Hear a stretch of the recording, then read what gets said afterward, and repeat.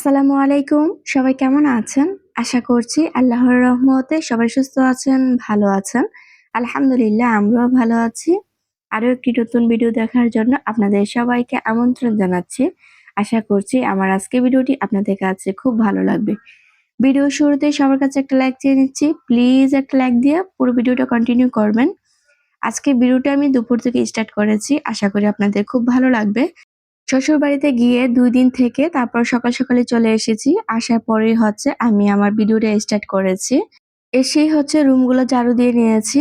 আর ভাবলাম যে আগে রান্না করে নিই। কারণ রান্নাটা দেরি হয়ে গেলে পরে আবার ঘরের কাজগুলা করতে অসুবিধা হয়ে যাবে। তাই আবার বাচ্চাদেরও খিদে পেয়ে যাবে। তাই ভাবলাম যে আজকে এখন রান্না করে তারপর ঘরের কাজগুলো শেষ করব।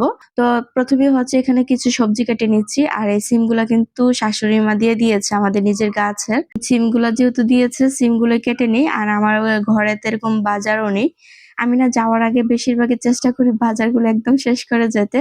তারপরেও যেহেতু মানে কোনো প্ল্যান ছাড়াই চলে গিয়েছিলাম, তো বাজার আছে তো এরকম শেষ যে হয়ে গেছে তা কিন্তু না। তো বাজার আছে তারপরেও সবজি তো এরকম ছিল না আরকি। শুধু এখানে পেঁয়াজের কলি ছিল কিছু আর তো আলু থাকেই। তো এখানে পেঁয়াজ কলিগুলো নিয়ে নিয়েছি আর কয়েকটা আলু নিয়ে নিয়েছি আর সিম কেটে নিচ্ছি। এগুলা দিয়ে একটা তরকারি রান্না করে নেব। আপাতত খেয়ে নিই এগুলা দিয়ে। তারপর পরের দিন হয়তো বাজারে যেতে পারি। বাজারে গিয়ে কিছু সবজি কিনে নিয়ে আসবো। আমি না কেন জানি সবজি ছাড়া মানে মাছ ভুনা বা মাছ অন্যভাবে রান্না করা একদমই ভালো লাগে না। সবজি দিয়ে যদি একটু রান্না করা যায় তাহলে আমার কাছে খেতে খুবই ভালো লাগে। তাই সবসময় চেষ্টা করি অল্প, অল্প করে সবজি রাখার জন্য। যখন শ্বশুর বাড়িতে ছিলাম তখন কিন্তু শাশুড়ি আম্মা নিজের গাছ থেকে সবজি কেটে এনে তারপর উনি সবজিগুলো কেটে দিত। তো আমি অন্য কাজগুলা করে নিতাম। তো আমি কিন্তু এরকম সবজি কাটা-ছিঁড়া করিনি। কারণ ওই যে শাশুড়ি আম্মা কেটে দিত। তাই আর নিজে আগ্রহ করে এগুলো আর কোনো কিছু করিনি আর আমাকেও দেয়নি। তো এরকম আর সবজি কাটা-চিঁড়া হয়নি। তো নিজের সংসারে আসার পর থেকে কিন্তু আমার নিজেকেই সবজি কাটতে হয়। আর সবজিগুলা কাটতে আমার কাছে ভীষণ ভালো লাগে। এই সবজি কাটার মধ্যে আলাদা একটা আনন্দ পাওয়া যায় কেন জানি আমার কাছে ভীষণ ভালো লাগে। সবজি কাটতে যেমন ভালো লাগে, রান্না করতেও কিন্তু তেমন ভালো লাগে। রান্না করতে কেন ভালো লাগে জানেন? ওই যে সবার প্রশংসা পাওয়ার জন্য। আর আমি না এই প্রশংসাটা একটু বেশি পেয়ে থাকি। কারণ আমাদের ফ্যামিলি, আমার শ্বশুরবাড়ির ফ্যামিলি সবাই আমার রান্না অনেক, অনেক পছন্দ করে। কারণ আমাদের বাড়িতে সবাই মোটামুটি জাল খায়। আমার শ্বশুরবাড়িতেও আগে তো এরকম জাল খেত না। কিন্তু এখন মোটামুটি ভালোই জাল খায়। কারণ আমার জায়েরা একটু জাল বেশি খায়। তো সে থেকেই ওরা একটু জাল খাওয়া শিখে গিয়েছে। আর এখন একটু মোটামুটি খায়। তারপরেও কিন্তু আমি একদম কম জাল দিয়ে খেতে পারি। তা আমি সবসময় কম জাল দিয়ে তরকারি রান্না করি। আর আমি না যত কম মসলা দিয়ে তরকারি রান্না করতে পারি। আমি শুধু সামান্য হলুদ, মরিচ আর লবণ, ধনিয়ার গুঁড়া একটু দিয়ে রান্না করার চেষ্টা করি। এর বেশি কিন্তু কোনো মসলাই এড করি না। তবে হ্যাঁ, যে জায়গায় যেটা দিতে হয় সেই জায়গায় সেটা দেওয়ার চেষ্টা করি আরকি। কমেন্টের মাধ্যমে যে প্রশ্নটা আমি বেশি পেয়ে থাকি, "আপু তোমার নামটা যদি একটু বলতে তাহলে খুব ভালো হতো।" সত্যিই তো ১ মাস ধরে ভিডিও দিচ্ছি অথচ আমার নামটাই বলা হয়নি। তো তাই ভাবলাম যে আজকে আমি আমার নামটা বলে দেই। তো অনেকেরই কমেন্টের মাধ্যমে রিপ্লাই দিয়েছি। আশা করছি যারা রিপ্লাই পেয়েছেন তো বুঝে গিয়েছেন। তো এই প্রশ্নটা যেহেতু অনেক বেশি আসতেছে তাই ভাবলাম না আমার নামটা বলা দরকার। তো আমার নাম তানিয়া আক্তার তাবাসসুম। তো তাবাসসুম বলে কেউই ডাকে না। সবাই তানিয়াই বলে ডাকে। তাই আপনাদের সাথে তানিয়ার নামটাই বলে দিলাম। আমার ফ্যামিলির মধ্যে আমরা ৩ ভাই ৪ বোন। আ ৪ বোনের মধ্যে ৩ বোনের নামটা অনেকটা মিল আছে। আর বড় বোনের নামটা এতটা মিল নেই। কারণ এই ৩ ভাই ৪ বোনের মধ্যে কিন্তু বড় আপাই সবার বড়। তো বড় আপার নামটা জান্নাত। আর আমরা ৩ বোনের নাম তানিয়া, তানজিনা, তাসলিমা। তো এই আমাদের নামটা। ৩ বোনের নামটা কিন্তু অনেকটাই মিল আছে। তবে আমাদের ভাইয়ার নামগুলো অনেকটা মিল আছে। সবগুলা সবজি কেটে ধুয়ে পরিষ্কার করে নিয়ে তারপরে সবকিছু রেডি করে নিয়েছি। এখন দুপুরের রান্নাটা বসিয়ে দিয়েছি। একপাশে মাছগুলা ভেজে নিচ্ছি আর অন্য পাশে কয়েকটা চিংড়ি ভেজে নিয়েছি। তো চিংড়ি দিয়ে টমেটো দিয়ে রান্না করব। তাই ২ চুলার মধ্যে ২ টা বসিয়ে দিয়েছি। তো পরে ভাত বসিয়ে নেবো আরকি। তাই আগে তরকারিগুলো রান্না করে নিই। আমি দেখি যখন বাবু শান্ত থাকে তখন চেষ্টা করি তরকারিগুলো তাড়াতাড়ি রান্না করে নিতে। কারণ ভাতটা পরে বাবুকে কুলে নিয়েও রান্না করা যায়। তাই বাবু যখন শান্ত থাকে তখন রান্নাটা শেষ করার চেষ্টা করি আরকি। আমি যেহেতু রাতের বেলা ভয়েস দিই, তো এখন কিন্তু রাত 1:40 বাজে। আজকে যেহেতু শবে বরাতের নামাজ, তাই প্রত্যেকটা মসজিদে হচ্ছে ওয়াজ হচ্ছে আর কি, তাই অনেক নয়েজ আসতে পারে, প্লিজ স্কিপ করবেন।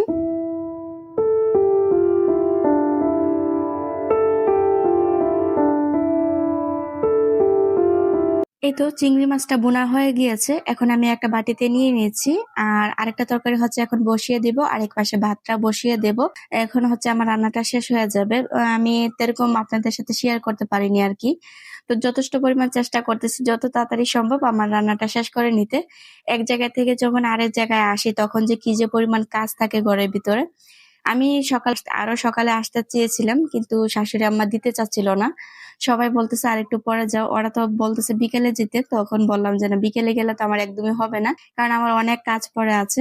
আর সবচেয়ে বড় বিষয় কি জানেন, আমি যখন চলে গিয়েছিলাম তখন কিন্তু আমার গ্যাসটা শেষ হয়ে গিয়েছিল। তো আমি হচ্ছে বাসায় এসে সর্বপ্রথম হচ্ছে গ্যাসটা এনেছি, তারপর হচ্ছে রান্নাটা বসিয়েছি। টুনাটুনি সংসার আইডি থেকে আমার এক প্রিয় আপু কমেন্ট করেছে, আপু তোমার কথা শুনতে এত ভালো লাগে যে কি বলবো, বুঝে উঠতে পারি না। আপু তোমার কথা এত সুন্দর, মন ভরে যায়। আর এত সুন্দর করে তুমি কাজ করো, তোমার কাজ দেখে আমি অনেক কাজ শিখে রাখি।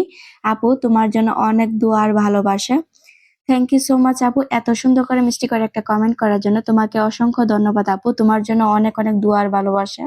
এই তো আমার রান্না করা কিন্তু শেষ হয়ে গিয়েছে। এখানে সিম দিয়ে, আলু দিয়ে, মাছ দিয়ে রান্না করে নিয়েছি। তার পাশে হচ্ছে চিংড়ি মাছ ভুনা করেছি। রান্না শেষ করে চলে আসলাম রুমে। আর রুমে এসে হচ্ছে বেডশিটটাকে চেঞ্জ করে নেব। আমি আগের বেডশিটটা হচ্ছে চেঞ্জ করে যাইনি, যদি চেঞ্জ করে যেতাম তাহলে হচ্ছে পরিষ্কার বেডশিটটা এখন আবার ওয়াশ করতে হতো আমার। তাই আগেরটি হচ্ছে বিছিয়ে রেখে চলে গিয়েছিলাম। তো এখন হচ্ছে আবার নতুন করে বেডশিটটা চেঞ্জ করে নিচ্ছি। বাড়ি থেকে এসে হচ্ছে বিছানাটা প্রথম ঝেড়ে নিয়েছিলাম, তারপর রান্না করতে চলে গিয়েছিলাম, যেহেতু হাতে সময় কম ছিল তাই। তো এখন হচ্ছে বেডশিটটাকে চেঞ্জ করে নিচ্ছি। আমার আরেকটা প্রিয় আপু কমেন্ট করেছে, আপু আমি তোমার প্রত্যেকটা ভিডিও দেখেছি। আরো একদিন কমেন্ট করেছি, আমি ইন্ডিয়া থেকে, যেহেতু ছোট বাচ্চা নিয়ে থাকি, স্বামী প্রবাসে, তাই আর কমেন্ট করা হয় না, প্লিজ আমার নামটা নিবেন। আপু তোমার নাম কি ইন্ডিয়া নাকি? আমি বুঝলাম না তোমার নামটা আসলে। তো এখানে তো তুমি লিখেছো আমি ইন্ডিয়া থেকে, তাই ভাবলাম মানে ইন্ডিয়া থেকে তুমি কমেন্ট করেছো নাকি তোমার নামই ইন্ডিয়া, সেটা আসলে আমি বুঝতে পারিনি। যদি আমার ভিডিওটা দেখে থাকো প্লিজ তুমি আমাকে আবার জানাবা। Lifestyle in colour by Naushu ID থেকে আমার এক প্রিয় আপু কমেন্ট করেছে, ভিডিওটা দেখলাম, ভালোই লেগেছে সত্যি। আপনার সহজভাবে কথা বলা মন ছুঁয়ে গেছে, স্পষ্ট বোঝা গেছে পুরো ভিডিওতেই। দেখে মনে হলো নিজের সঙ্গে কথা বলছি। আল্লাহ আপনাকে আরো এগিয়ে নিক, ইনশাল্লাহ পাশে থাকবো সবসময়। আপনিও পাশে থাকবেন, আশা করি ভালো থাকবেন। থ্যাংক ইউ সো মাচ আপু, এত সুন্দর করে মিষ্টি করে একটা কমেন্ট করার জন্য তোমাকে অসংখ্য ধন্যবাদ আপু, তোমার জন্য অনেক অনেক দোয়া রইলো। হেনার সংসার আইডি থেকে হেনা আপু কমেন্ট করেছে, আপু আসসালামু আলাইকুম। ওয়ালাইকুম আসসালাম আপু, মাশাল্লাহ কথা যেমন মিষ্টি কাজগুলো তেমনই সুন্দর। আপনার ভিডিও দেখে অনেক ভালো লাগে। মামুনি গজলটা মাশাল্লাহ অনেক সুন্দর হয়েছে। থ্যাংক ইউ সো মাচ আপু, এত সুন্দর করে একটা কমেন্ট করার জন্য তোমাকে অসংখ্য ধন্যবাদ আপু, তোমার জন্য অনেক অনেক দোয়া রইলো।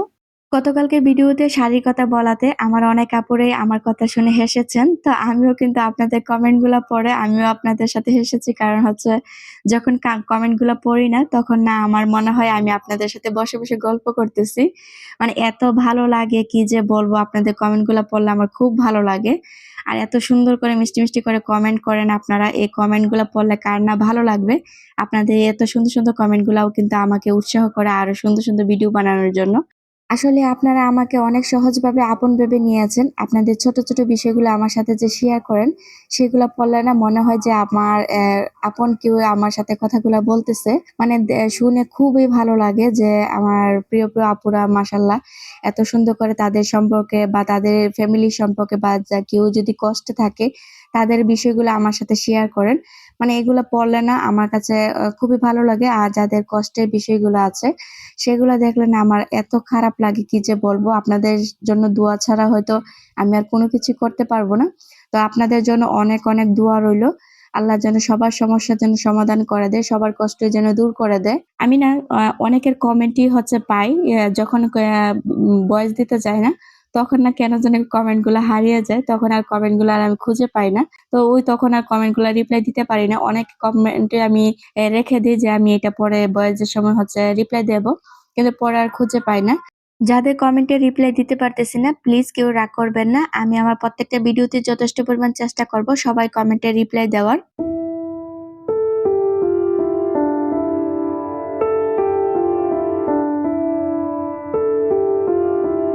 আমি দেখুন আপনাদের সাথে গল্প করতে করতে আমি কিন্তু পুরো ঘর একদম গুছিয়ে নিয়েছি, সবকিছু মোছামাছিও করে নিয়েছি। তো যেহেতু বাড়ি থেকে এসেছি বুঝতেই তো পারতেছেন কি পরিমাণ ধুলা পড়েছে।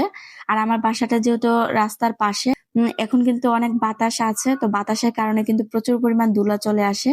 আর আমি না দরজা জানালা সবকিছু অফ করে যেতে পারি না, কারণ যদি সবকিছু অফ করে যায় তাহলে ভিতরে না কেমন একটা দুর্গন্ধ চলে আসে। তাই হচ্ছে আমি সবসময় চেষ্টা করি বারান্দার দরজা জানালা খুলে যেতে, কারণ বাতাস যাতে ঘরে প্রবেশ করতে পারে সেই কারণে। আরেকবার না এইভাবে দরজা জানালা সবকিছু অফ করে গিয়েছিলাম, তখন বাড়ি থেকে এসে দেখি যে আমার প্রত্যেকটা ফার্নিচারের মধ্যে ফাঙ্গাস পড়ে গিয়েছে। আর ফাঙ্গাস গুলো পরিষ্কার করতে আমার কতদিন যে সময় লেগেছে। তাই সবসময় চেষ্টা করি যে দুইটা দরজা একবারে ওপেন করে যেতে, যাতে বাতাস আসতে পারে। এই তো অলরেডি আমার সম্পূর্ণ রুম গোছানো হয়ে গিয়েছে। তো এর মাঝে আপনাদের সাথে একটু দেখিয়ে দিচ্ছি আমি কিভাবে আমার রুমটাকে গুছিয়ে নিয়েছি। আচ্ছা, আমার ভিডিওটা এই পর্যন্ত এখনো কেউ দেখছেন কিনা জানি না। আমার ভিডিওর সাথে যদি এখনো কেউ থেকে থাকেন, লাইক দিতে ভুলে যান। প্লিজ একটা লাইক দিয়ে দিবেন। আপনাদের একটা লাইক আমার ভিডিওটা অনেকের কাছে পৌঁছে দেবে। আর আপনি যদি আমার চ্যানেলে কেউ নতুন হয়ে থাকেন, চাইলে আমার চ্যানেলটি সাবস্ক্রাইব করে রাখতে পারেন। পাশে থাকা বেল অল অপশনে ক্লিক করে রাখবেন। এতে করে আমি যখনই ভিডিও ছাড়বো সাথে সাথে নোটিফিকেশন পেয়ে যাবেন। আর আপনি যদি এই কাজটা আরো আগে করে থাকেন তাহলে আপনাকে অসংখ্য ধন্যবাদ। তো আমার ঘর গোছানো কেমন হয়েছে আপনাদের কাছে অবশ্যই কমেন্ট করে জানাবেন।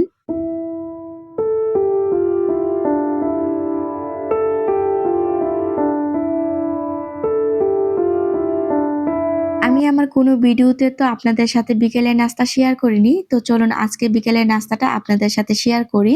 নাস্তা বানানোর জন্য আমি এখানে পরিমাণ মতো আটা নিয়ে নিচ্ছি। বেশি বানাবো না, কম করে বানাবো, তাই হচ্ছে কম করে আটা নিয়ে নিয়েছি।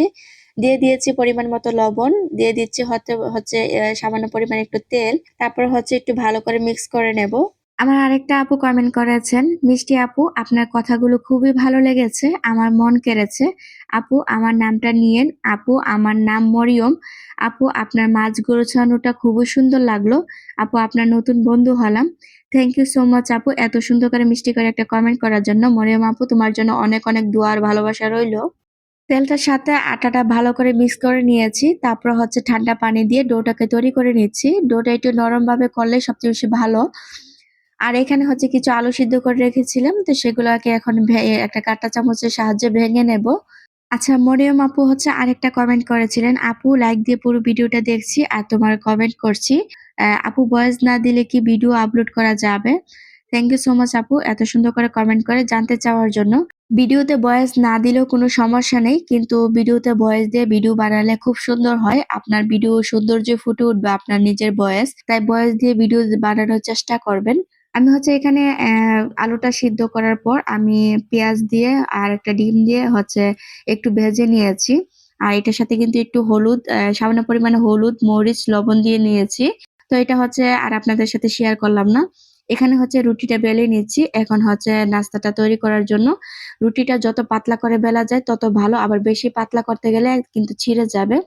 তো এখানে হচ্ছে আমি রুটিটা বেলে নিয়েছি। এখন হচ্ছে আমি যে আলুর পুরটা যে রেডি করেছিলাম সেটা এখানে দিয়ে দিচ্ছি। তো এটা একটু বেশি করে দিচ্ছি, কারণ আমি বেশি বানাবো না, তাই হচ্ছে শেষ করার জন্য একটু বেশি বেশি করে দিয়ে হচ্ছে বানিয়ে নিচ্ছি।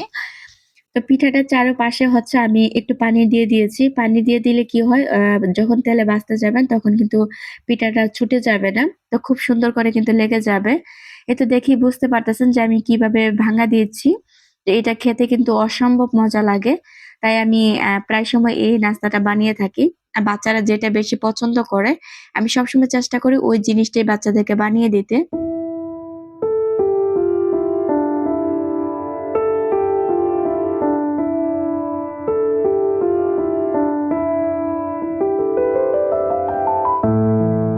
এই তো আমি অফ ক্যামেরাতে হচ্ছে বাকি নাস্তাগুলা বানিয়ে নিয়েছি। এখন হচ্ছে ভেজে নেব। তেলটা কিন্তু কম গরম থাকা অবস্থায় দিতে হবে। বেশি গরম করে দিতে গেলে পুড়ে যাবে। তাই আমি চুলার হিটটা একদম কম আঁচে রেখে তারপরে হচ্ছে অল্প অল্প করে ভেজে নেব। আর এই যে আমি এখন কিন্তু অনেকটাই বিকেল হয়ে গিয়েছে। তারপরে কিন্তু এই যে দেখুন আমার কিচেনে মাশাআল্লাহ কত সুন্দর রোদ। এমন টাইমে কিন্তু রোদটা যে কিচেনের মধ্যে থাকে না, আমার ভীষণ ভালো লাগে। তো আমি তো এতদিন মানে বিকেলের নাস্তা আপনাদের সাথে শেয়ার করিনি। তো বিকেল দিকে হচ্ছে একটু অন্ধকার হয়ে যায়। তো ভিডিওতে এরকম ভালো আসে না। তাই হচ্ছে বিকেলের দিকে আমি ভিডিও করতে চাই না আরকি। তো আমি কিন্তু রাতের বেলা কখনোই ভিডিও করি না। রাতের বেলা ভিডিওতে এরকম ক্লিয়ার আসে না। দিনের বেলা একটু যখনই পারি মানে ভিডিও করার চেষ্টা করি। অন্ধকার থাকলেও করি। তারপরে যতটুকু মোটামুটি ভালো আসে।